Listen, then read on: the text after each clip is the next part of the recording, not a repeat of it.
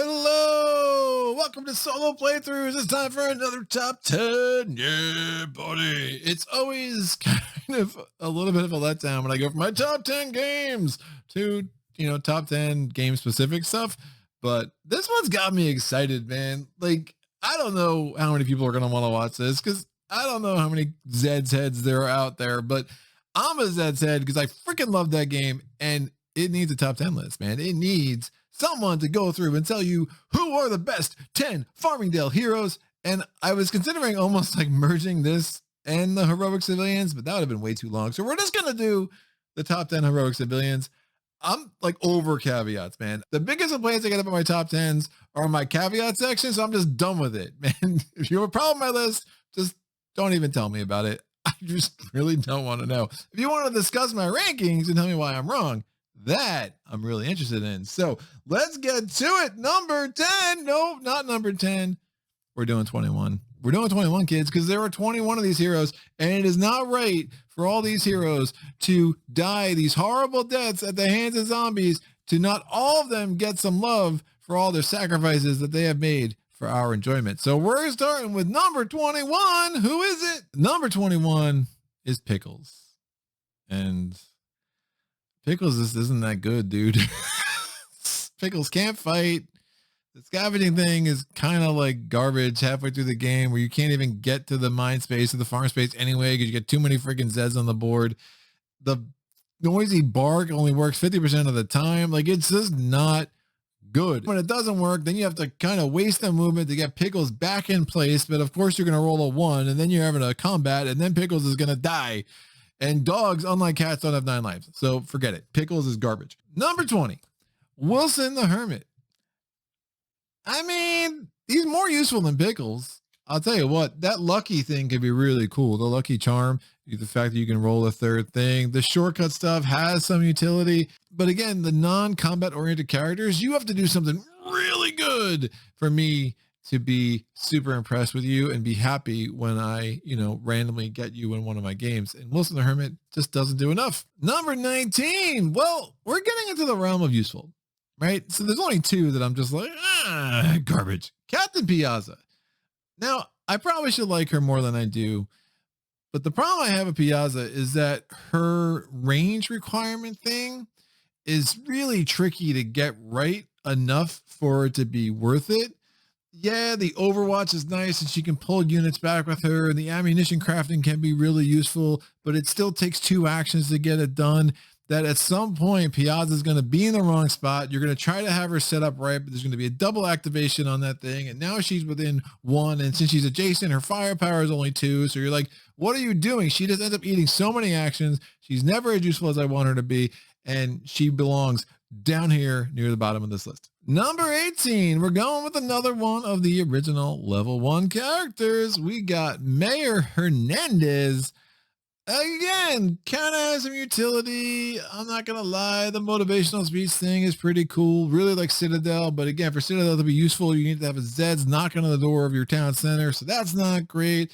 There's just not a whole lot to love with these characters that can only fight at a 2. No, thank you. Give me someone else. And that leaves us with number 17. Now, controversy, let it commence. Because look, Dancing Betty can win you a game. Don't get me wrong. But I'll tell you what, the number of times that you roll 2 dice and neither one of them is a 4, 5, or 6, she's going to die. She's going to die a lot. She's only got so many of her little crazy seeing red rage runs in her where she can knock out a few zombies and it makes it work. But oof, man, it's brutal because she never stays in the game as long as you want her to. And while she can win you the occasional game, relying on her is really, really hard to do. She does not give you a full coherent strategy that makes sense. And you can get unlucky with her too often to make her one of the best. Similarly, let's go to number 16, Alyssa Darling. Again, you roll a 1. Now what? Well, now you're fighting at a 3. She's going to get injured. And unlike Betty, she doesn't even roll 2 dice. So yeah, she's got the Fleets of Fury rolled at, 5 or 6. She cancels some hits. Sometimes you get lucky with that. But Alyssa Darling, again, can absolutely win you a game. But she's really hard to build around when you're just a 1 away from her being an utter disaster. And instead of being an assassin strike, she is assassinated, and that's not helpful for anybody. That brings us to number 15, Alan Xeno Jones. What a weirdo. I mean, I guess he has his own agenda. Of course he's a weirdo. I do like a lot of what Alan brings to the table. The fact that he can fire a gunshot at a 4 if you have a lot of supplies lying around would be great. But again, you're never rich in supplies. They're being spent on so many other things, but it could come in handy in a pinch. The fact that you can just say to that really weak civilian group that had a saving role, like, bye-bye, and now we advance the research thing for free is really nice. So there's a lot of decent utility with Alan Xeno Jones. But again, not one of my faves. And that gets us number 14. We're going back to the animal kingdom with General Lee. Look, General Lee is far better than Pickles. And as a non-combat character, it's so great that he doesn't ever get stuck in a combat he doesn't want to be in because, run, flick, or run, he could always back out and get out of a situation 99 times out of 100, assuming there's not a, chaos marker behind him where he's stuck. But limited utility, the hospital horse thing is really nice. How many times can you pull that off in a scenario where you have the actions to actually heal people a bunch is always a question. But anytime you have a character that does a thing, but then can't, in an absolute pinch, fight a combat that you need him to fight is really always a problem. And the right group of heroes, General Lee can be huge, but I would definitely prefer the other 14 more than the horse. Speaking of non-humans that I prefer over General Lee, we have number 13, Big Wheels Carter. Now, I'm probably a little unfair to Big Wheels Carter. There's a lot to like here. Fights at an 8, has that ability to plow through Zeds, and that could be huge if you have a Zeds that's, about to flip over or die. If it's at 2 damage either way, you can just plow it through and take care of it. And if not, you're stuck in a fight. You're still fighting in an 8. The ability to get the supplies in is nice, but the reality is, most games, if you get Big Wheels Carter to town center, back to a town space, and then back to town center, that's probably about all you're going to get done with Big Wheels Carter. Make no mistake, that's going to give you 5 supplies and 3 ammo times 2. So 10 supplies, 6 ammo can go a long way. But all the actions you spent doing that, you could have just been doing scavenging actions and probably gotten a similar amount depending on who you're scavenging with and where you're at. And other characters have other ways to either give you supplies or save you ammo. So there is a trade-off with Big Wheels Carter and other characters that you could have. You can't fire guns. I mean, the fact that the infection rate never goes up is super nice, but I just find Big Wheels Carter a little bit limited and not bringing enough to the table for him to crack my top 10 here. But getting closer to the top 10, we have El Toro Loco. Now, El Toro Loco, in some ways, is really neck and neck between him and Big Wheels Carter because they're very similar, right? You're fighting with a 6 instead of an 8. You have the extra hit points, so you don't just flip over on one hit. But I really do like that Bull's Charge ability. The fact that you can back a Zeds mob up, you can back a Zeds up at times, or half the time specifically, is really, really nice. I do wish he had some kind of tough or something similar to what Alyssa Darling has, where he can roll and maybe cancel a hit on a 5 or a 6. I think that would really get El Toro Loco up to the next echelon of hero. But El Toro Loco is great, and besides, it's super fun to say, so he's gotta be where he is, but still not in the top 10. So bye, El Toro Loco. We're gonna get closer. Number 11, we're rounding out the Animal Kingdom characters with Horatius or Horatius. I don't know, one of those two. Pick your favorite pronunciation and you go with it. That's right. Own it, whatever it is. Horatius is pretty cool. Can't fire a gun, so that's a thing. But the tough is great. Canceling half the hits you receive is really nice. Having a reroll in hand-to-hand combat is awesome. Again, there's no increase in infection level when you have a hand-to-hand combat. So many things to like. Plus, you get the 3 supplies right off the bat when he enters the game. Horatius can be a real game changer. It only has a 4 strength, but that reroll is great. 4 is a decent strength in most hand-to-hand combats against most single Zed units. And again, you have that reroll, which is nice. And even if you roll crappy, then you could try to cancel some hits with that tough ability. Really like what Horatius does. If he had some more flexibility with the gunfire attacks, if he wasn't a primate, then we might be talking about top 10 material here. The diamond security clearance thing, I don't know. It's not a strategy I've really explored too much. I never found it super effective to try to get too far down on the tunnel track. So to me, that doesn't give Horatius any points. But do like Horatius, likes what he does, and we'll put him right on the outside looking in at number 11, which gets us to the top 10. Here we go with number 10, Mr. Johnson. Yeah, buddy, the double dice on scavenging is great. The fact that he can set some traps, obviously you roll a 1, 2, or 3. That's not great, but you're still fighting at a 3, which isn't great. I mean, it does put you a little bit in like Alyssa Darling territory, and you're not going to roll the traps all that much. But those gunfire attacks, woo! Those +2 shift on gunfire attacks. You're doing a gunfire attack at a 5. You get Mr. Johnson up in the mine early, get some scavenger rolls out of the way. He can hold down that mountain track by himself for a little bit, which is really great. So really like what he does. And when he enters again, that +2 supplies, that +3 ammo. Thank you, and thank you, Old Man Johnson. Let's get to number 9. Number 9 is Mrs. May Hauser. Now, Mrs. May Hauser has a whole lot of stuff going on, man. There's the pistol top shot, the combat coach, the iron volunteer, and the thrifty quartermaster. Thrifty quartermaster is great. The ability to save some ammo, but honestly, if it triggers 3 times in a game of Mrs. Hauser, that's me rolling well. We've all seen how I roll, so me trying to get a 5 or a 6 all the time isn't great, but do like it. I really love about her is the combat coach. You have her set to another player unit. They get +1 strength on their combat, which can be really huge. And then that pistol top shot, the additional die roll, is so amazing to make sure you're getting every ounce of damage out of your limited ammo. You combine that with a couple of lucky thrifty quartermaster rolls, and hey, we have ourselves a superstar sitting at number 9. Number 8, look at this. If he was a gentleman, he would say ladies first, and he would have insisted that I put May above, but he is not a gentleman, apparently, and didn't even ask me to consider doing that flip-flop just for the video. So here he is, Sarge himself. The ability to add +2 strength to your civilians cannot be underestimated.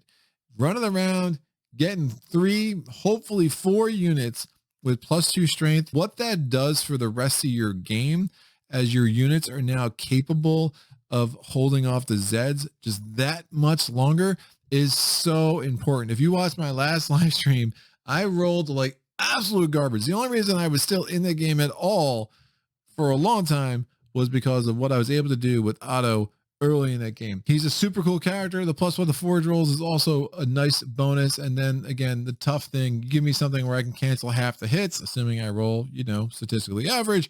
That is also a really nice benefit. So like me some Otto over there at number 8.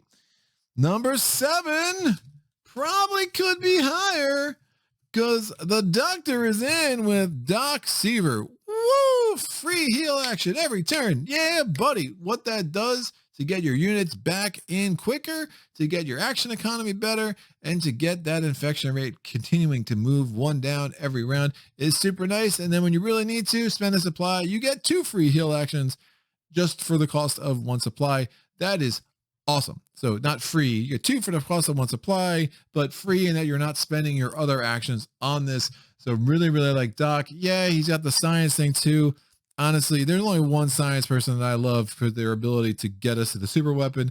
We will see her later. But Doc, man, the doctor is in for sure. An apple a day will keep the doctor away. But when there's zombies, you need the doctor because, you're going to be zombified without him. And he makes sure he can bring you back to battle and fighting those zombies off in the best of ways. So big fan of Doc Seaver. Love when he's in my game. You can take a little bit more risks at times when you have Doc Seaver in the game because you know that someone getting wounded might not be as bad as it is in other games because now you can get them back into the battlefield a little bit quicker and having them stationed back at one of the tracks where they belong. So thank you, Doctor, for all that you do for us. Let's get over to number 6. Number 6 is Rusty Staub. That's what I'm talking about. Dude, he has a free gunfire attack every round and he's firing at a 5. That's super strong. He's rugged.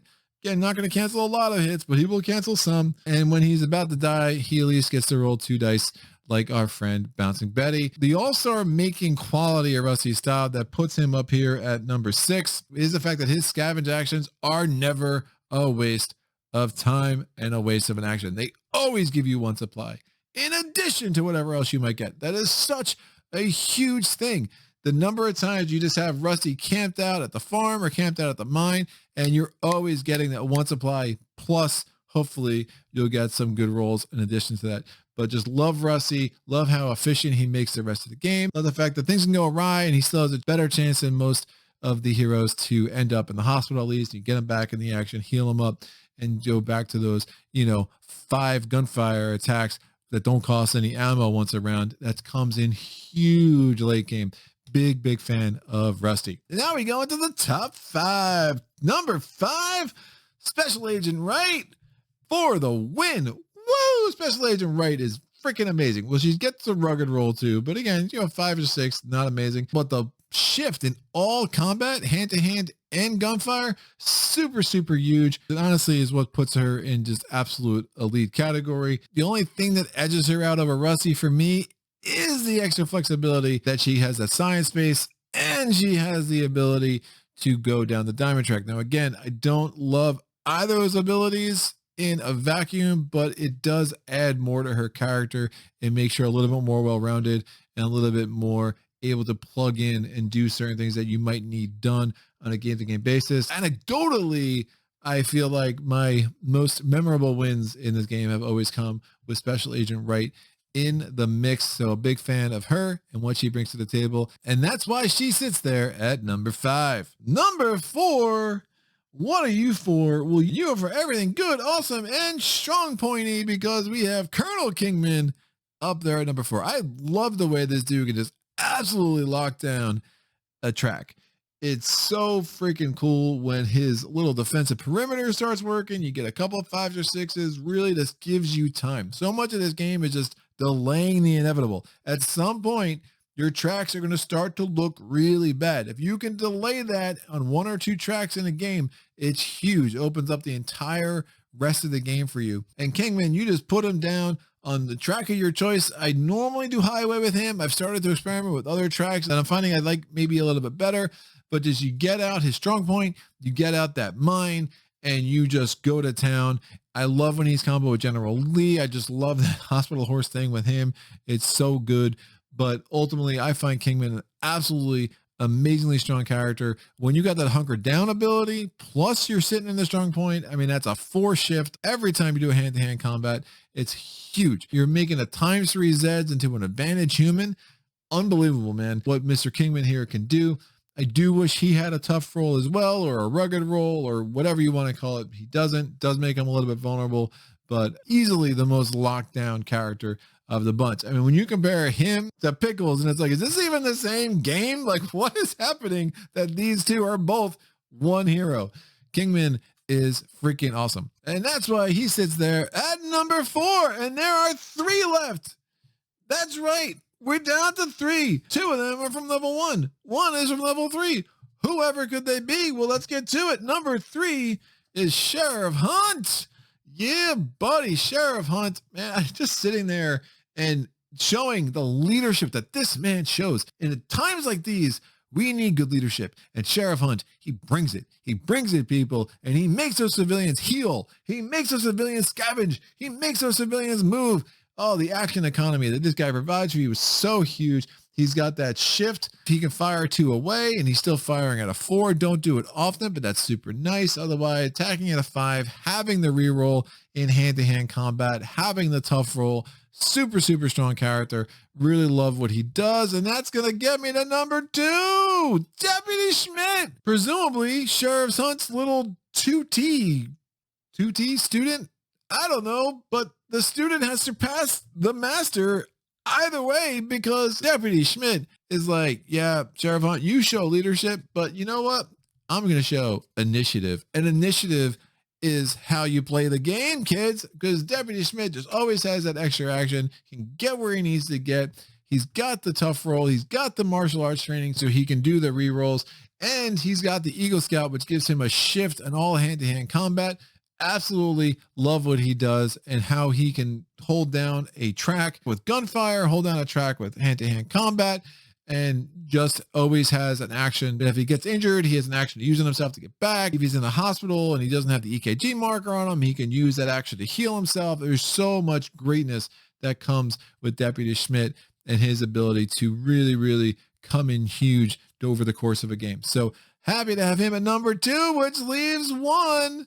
That's right. There she is. Professor Agee. She does not get a G in the school of solo playthroughs. She gets an A, people. It should be Professor an A instead of a G. And my jokes don't get any better. So just bear with me. Professor Agee will absolutely win you more games than any other hero in my anecdotal limited experience. But what I have found with Agee is that it opens up the super weapon path so much better than any other science hero, because you're that much more likely to get the rolls you need to advance to the super weapon technologies and get what you need. Those Zeds treats are huge. Those brass knuckles are huge. The extra damage really adds up. And then you do have some of the gunfire weapons. You have the gas grenades. If you're super desperate, that can really open up a game. All of it is absolutely great. And that action economy of trying to research without a G is really dangerous, especially when you're spending a supply to do a research action to get to some of the next cards. I'll tell you what, you got the super weapon, then what? Well, then you get her out into the field, then she can restore some order and get rid of some chaos markers, and you don't even have to add the infection. Instead, it's -2. When you really need another action, it's like, oh, let's just take 3 to our infection if we can at that time, and we'll have that extra action. There is so much that Agee brings to the table beyond the ability to blow through that research deck that just makes her absolutely awesome. She's the only one that I'm guaranteed to lean hard into that research track if I see her. The rest of the science heroes, yeah, I might try to get through 1 or 2, see if I get something helpful. But Agee, it's like, no, baby. Today is super weapon time. We are absolutely doing super weapon time. I mean, Xeno, again, if we have some injuries that are timed right, you know, he's another one. I'll try to get there maybe. But Agee, it's just absolutely guaranteed. And that super weapon is an amazing way to combat the Zeds at levels 4 and 5, especially. So that's it. Those are my 21, man. I absolutely adore all of the characters in this game, except maybe Pickles. I'm just not a dog guy, so I don't know. I mean, dogs are fine. I would like Pickles more if he won me more games, but you know, he doesn't, because that noisy bark is not noisy enough, and Pickles is just definitely not a guard dog because he just gets pummeled by some zombies because, you know, he rolls a 1 a lot, especially when I'm the one rolling those dice. But that was super fun, and I'm looking at the timestamp here, and that was super quick. So you know what? Bonus content for all y'all. Let's do it. We're going to go through the top 9 heroic civilians in Dawn of the Zeds, because it wouldn't be long enough for its own video, right? So I just got to do it now. Let's go do it. Number 9, we have the WZED Farmingdale. They're fine. I mean, they give a civilians unit an action every turn. So that way they have like this little sheriff hunt thing going on, but you don't do much. I mean, the 1/1 is really bad. They can never be in a fight themselves, obviously. Discarding a hold for later card to cancel a play this card can be really huge, but that's so niche. It doesn't always come in. It's just not great. I mean, yeah, last ditch effort when you have them stacked with another unit and you can roll an extra die. It's kind of like the Lucky Charm thing, but I don't know, man. Definitely not the people I want to see. And that gets us to number 8, Bob Bauer's crew. Bob Bauer's crew could be good. They save you money on supplies when you're building up the walls. I'll tell you what would make them awesome, though, is they actually had an action marker, because the actions that I find are almost more important than the supplies at times, where it's like, great, I could build with them, but I have to move them all around to actually take advantage of them being the ones to build the barricades. So really, the way it plays out in practice, they're only building 2 of the barricades anyway, even if you build more than that, because the action economy of moving them and then having to build again is inefficient. And the action that they do have on them is the explosive devices. I will never have enough supplies, and I'm going to turn 2 into an ammo and think that this is a good idea. I hopefully have a character that's good at scavenging, and I would rather just do that. Maybe if I had Rusty Staub and he was scavenging a lot, then we have the extra supplies. But the supplies, I mean, they go quick. You can be like, oh, I have so many supplies, I'm so good. And then all of a sudden they're just gone. Like a bad event, something happens, a bad fate card, a bunch of injuries, and you could spend those supplies super, super quick. So I just find that Bauer is not great. The only cool thing they can do is fix the bridge, but again, super niche, not always that helpful. Number 8. Number 7 is the Savior Corps. I like being saved by the Savior Corps, but you know, it's not amazing. I mean, they come into play with +2 supplies, whipty bipty. I mean, if they came into play with like 10 supplies, maybe, but you burn through those supplies like crazy. Now, it's nice that you have the action, but you know, I have good old Doc Seaver sitting in the hospital. He's healing people without needing to spend the supply once a turn. This is like, oh, I could be a Jason and I can heal. Like, all right, I have Mr. Johnson for that. What else do you do, Savior Corps? Nothing. They don't do anything. If you don't have any supplies, they can't fight because they're a 2-1. No, thank you. We're going to go to number 6. The Farmingdale Police Department Riot Squad. They're fine. They can't do gunfire attacks. They're attacking at a 5. Makes them, you know, good. Not great, but definitely good. But they can restore order without increasing chaos. Again, super niche, doesn't happen all that often. Overall, I just do like having a 5. I mean, it does round out your civilian units, especially on the games where you're unlucky enough to not have the 4 in play. And again, having a unit where you're not increasing that infection, you can kind of throw them in, get some hand-to-hand combat. They can't stray too far from town center though, because again, if you're only doing hand-to-hand, you got to get them back and they got to heal up. So they're okay. Not quite middle of the road, but close. A unit that I like, but absolutely don't love. Now we have the top 5. Number 5 is the Clarion Courier. The Clarion Courier is so weird. I mean, it's like a 1-1, and then you receive a random heroic civilian. Yes, I'll take 2 heroic civilians for the price of 1, either in setup or during the middle of a game, unless there's a unit I really, really feel like I need. The Clarion Courier is super interesting. They allow you to save a supply every phase. If you're spending more than 1 supply in a phase, that can be really helpful. And the fact that they give you 1 more step of defense possibilities if they're in town center and you can actually defend there. It's a really weird like boon to your game. They don't really do much great, but they do a couple of really niche little things, and then you get another unit. Well, let's hope that extra unit is going to be one of these 4. So number 4 is the Checkmates. Oh my gosh, I love the Checkmates. I love the flavor. I love how the Checkmates make me really care about refugees in a way I normally don't. I mean, that sounds horrible. I absolutely care about refugees in real world. In the purpose of Farmingdale, it's a piece of cardboard in a movie zombie game. I mean, let's keep this in perspective, people. So the Checkmates are like, no, man, you need those refugees because we need to up their strength. And you get the Checkmates up to 4 or 5. Oh, it's a boon to everything else that they're doing. And what's the main thing they're doing? Giving you extra actions. So many turns where you're like, all right, I just need to roll a 3 or higher, 4 or higher, 5 or higher.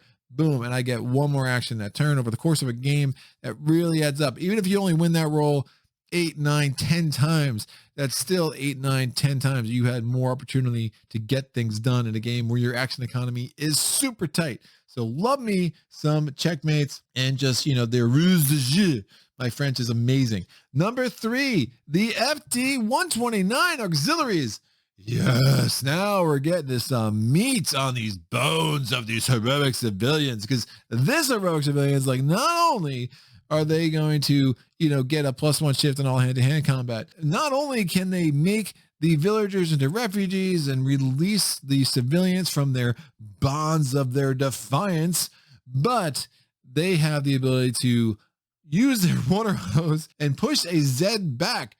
Oh, that's so huge. You have a Zeds mob. You're like, all right, that's going to be a little scary. I'll push the 7 unit back, assuming you roll a 7 or higher. And now we can just take on the 4. It's so huge. I love that ability. I love the flavor of it. And I really like when the FD 129 auxiliaries are in my game, because they can really, really give you a lot more time in a track so you can focus on other things. So big fan of them. Number 2, the VFW Local 12. Considered these at 1, but 2 is about right. Look, they get a free gunfire attack, not free in the sense you don't have to spend the action, but you don't have to spend the ammo, but you're only firing at a 3. So if you're only firing at a 3, I kind of wish it was the action too. The thing that really makes the VFW Local 12 shine is that they never retreat. Of course, unless you're up against the Doom Zeds, and that's really bad because they're probably going to beat you in a hand-to-hand combat, but that ability to be super stubborn, put them on a track where you don't see the Doom Zeds and you're just like, nope, not retreating.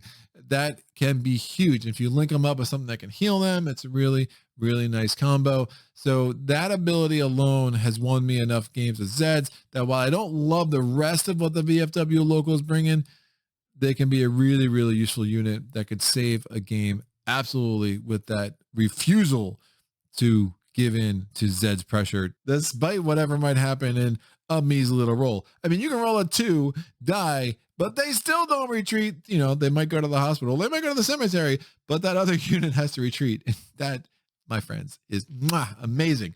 Number 1, bring them on, baby. We got the Farmingdale Furies. They are the roller derby team that we all need in our lives. Yeah, that's what I'm talking about. Going in, fighting at a 6, having their tough roll. They can't make gunfire attacks. I don't care. By the time I'm using them, I'm probably out of gunfire anyway. I want them to go in there, fight at a 6, have a tough roll, and save the freaking day and show people what the Farmingdale Furies are all about, because they encapsulate the spirit of Farmingdale, the fighting spirit to save the day from those zombie hordes. Yeah, that's it. So we got 2 top 10s for the price of 1. We got a top 21 and a top 9. So neither one of them is technically a top 10, but you got a lot of it. You got a top 30 combined. Advanced math for y'all. I hope you enjoyed this video. This was super fun. I love talking about this game. As you can see, it will absolutely be on the channel for a long time to come, along with the rest of my favorite games, as you've come to know. If you want to see what's coming up in solo playthroughs, you can go on my Patreon page. I have changed how I'm doing things around here, and then it's more going to be a list of games you can expect to see instead of an exact schedule. I am just doing more live content, and it's going to be a little bit more like week to week, depending on my availability, when I think I can get a live stream up. So there will be some lead time, obviously, but the calendar is going to be different than what it was. If there's a game you want to see, leave a comment here, leave a comment on my Patreon page. Again, that is a public post. Just look for the thing that will say public post. I believe July says July's public post. August will say August's public post. You kind of see the trend that I'm going for here. Yeah, it'd be great. So this is what I do for you. I try to make it super simple. Now, this was super fun. Herman Lutman, you're the man. Thank you so much for this freaking awesome game. Victory Point Games, Alan Emmerich, everyone who worked in this game. I just absolutely love it more and more. It's been an absolute joy to get to my channel. And I guess I should give another shout out to X Hunternator X, who was the first person to put this game on my radar. Woo, probably like almost 2 years ago at this point. It's crazy how time flies when you're having fun and playing some Zeds, like I hope you all are doing sometime soon. But until next time, thanks for joining me and happy gaming.